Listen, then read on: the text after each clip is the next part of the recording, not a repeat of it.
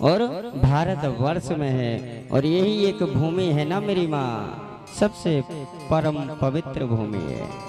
इसी पे हमारे देवता भी अवतार ले लेकर आए हैं, इतनी पावन भूमि है। कहा प्रभु अब एक बात बताइए, जो चारों दिशाएं हैं जिसे हम कहते हैं पूरब पश्चिम उत्तर दक्षिण, क्या चारों दिशाओं में भी बाबा महादेव की कोई शिवलिंग है? कहा हाँ। कहा पूरब दिशा में। कौन सी दिशा में?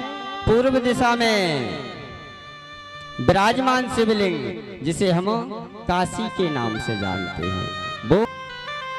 और जो गंगा है ना काशी में, उस गंगा के तट पर और भी मेरे महादेव ने अपने रूपों का वर्णन किया है।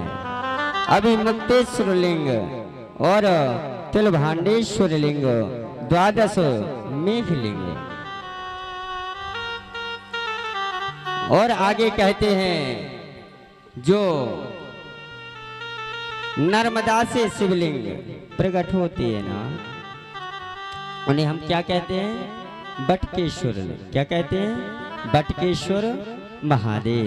बोले बटकेश्वर महादेव की। और जो फाल्गु है, कौन? फाल्गु मैया, आप लोग जानते हो क्या फाल्गु गंगा कौन है? जानते हो? किसी ने दर्शन किए आपने? फाल्गु गंगा के एक ही एक ऐसी गंगा है जिसमें जल नहीं है। गंगा तो है पर उसमें जल आज भी नहीं है। अगर आप वहां जाओगे ना तो आपको कुछ खुदाई करनी पड़ेगी, जब उसके बाद में आपको आज भी जल मिलेगा। वर्षा ऋतु में ना जितने समय तक वर्षा होती है, जितने समय तक पानी का आगमन रहता है, उतने समय तक ही नदी पानी में रहती है। जैसे ही बारिश बंद होती है ना, सारा पानी सूख जाता है। कहा प्रभु मुझे बात समझ में नहीं आई, आखिर ये कैसी नदी है, क्या कारण है? क्योंकि आपने तो कहा है नदी न संचे नीर, कभी नदी अपना नीर नहीं पीती, कभी अपने जल का खुद पान नहीं करती। तो आप ऐसे कैसे कह सकते हो कि फाल्गु में जल नहीं रहता? क्या वो गंगा नहीं है? कहा हाँ गंगा है, पर उसको श्राप लगा है। क्या लगा है? श्राप लगा है। एक बार की बात है, जो हमारे ऊपर ऋण है ना, वो भगवान राम के ऊपर भी थे। हमारे ऊपर कितने ऋण हैं? 3 ऋण हैं। कितने ऋण? 3 ऋण। देव ऋण, ऋषि ऋण और पितृ ऋण। हमें देवताओं का ऋण चुकाना है जिनने हमें यह दे दिया। हमें ऋषियों का ऋण चुकाना है क्योंकि हम उनकी संतान है। हमें अपने पूर्वजों का ऋण चुकाना है क्योंकि वो हमारे माता पिता हैं। हमें अगर आज इस लायक बनाया है ना, तो माता पिता की कृपा है। अगर माता पिता नहीं होते ना, तो हम आप सब होते क्या? नहीं होते। तो कहा प्रभु श्री राम भी जब समय आया ना, तो अपने पिता को जल पिंड दान करने गए। कहाँ गए? पिंड दान करने। कहा एक ही नगरी है जो मोक्ष की नगरी है। कौन सी नगरी है? मोक्ष की नगरी। बोले गया धाम की। आज भी प्रति वर्ष पितृपक्ष का मेला लगता है।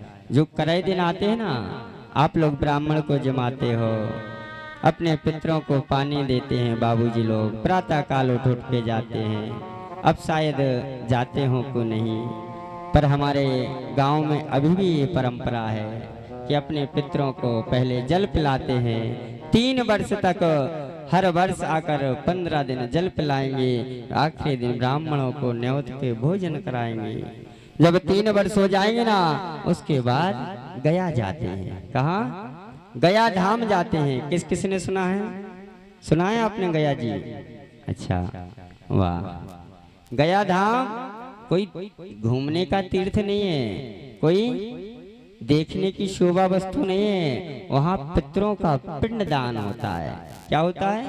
केवल पितरों के लिए पिंडदान दिया जाता है। जो हमारे जीवन में आपदाएं, विपदाएं, समस्याएं आती है ना, तो हमारे पितरों की वजह से आती हैं।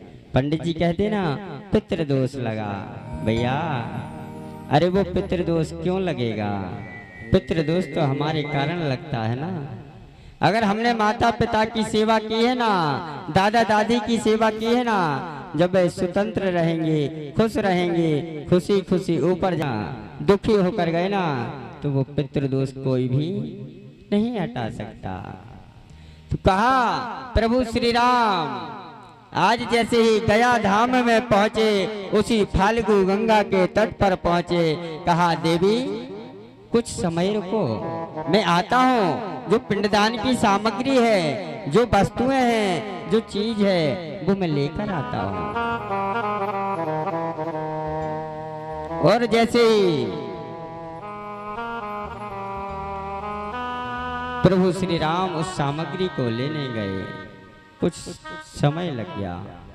समय लगने के कारण कहा जो दशरथ जी महाराज की तिथि थी वह निकलने वाली थी, क्योंकि जिस तिथि में जो ऊपर जाता है ना, उसी तिथि में हम उनका पिंडदान, श्राद्ध क्रिया आदि करते हैं। तो माँ सीता ने देखा, अरे